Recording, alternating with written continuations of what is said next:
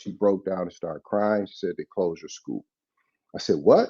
I was on morphine, but the school where I was at, they just closed all of a sudden, Jimmy. One day, I got a text from the superintendent said we're having a meeting, and it was very ironic that I couldn't go to the meeting because it was the same day I was scheduled for a hip replacement.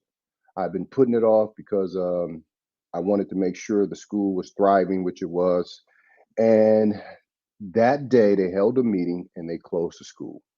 It was July 14th, 2015, out the blue.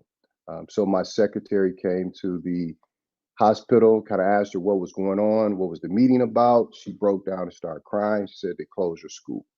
I said, "What?" I was on morphine. I said, "What are you talking about? They closed the school." She said, "Yeah, they closed the school." So I got out the hospital. A couple of days later, I called the management company, and they said, "Yes, we're going in a different direction." I said, "Well, you couldn't tell me prior to," and it was a mess because a lot of the kids had worked hard to secure grades and scholarships to go to college because it was high school. And then Yeah. all of a sudden they closed the school. Hopefully you can find a job, and if we open it back up, we'll call you. So it was a very shocking blow, gut blow, because I was very loyal to this particular institution, and I wanted to make sure, first and foremost, education is a mission.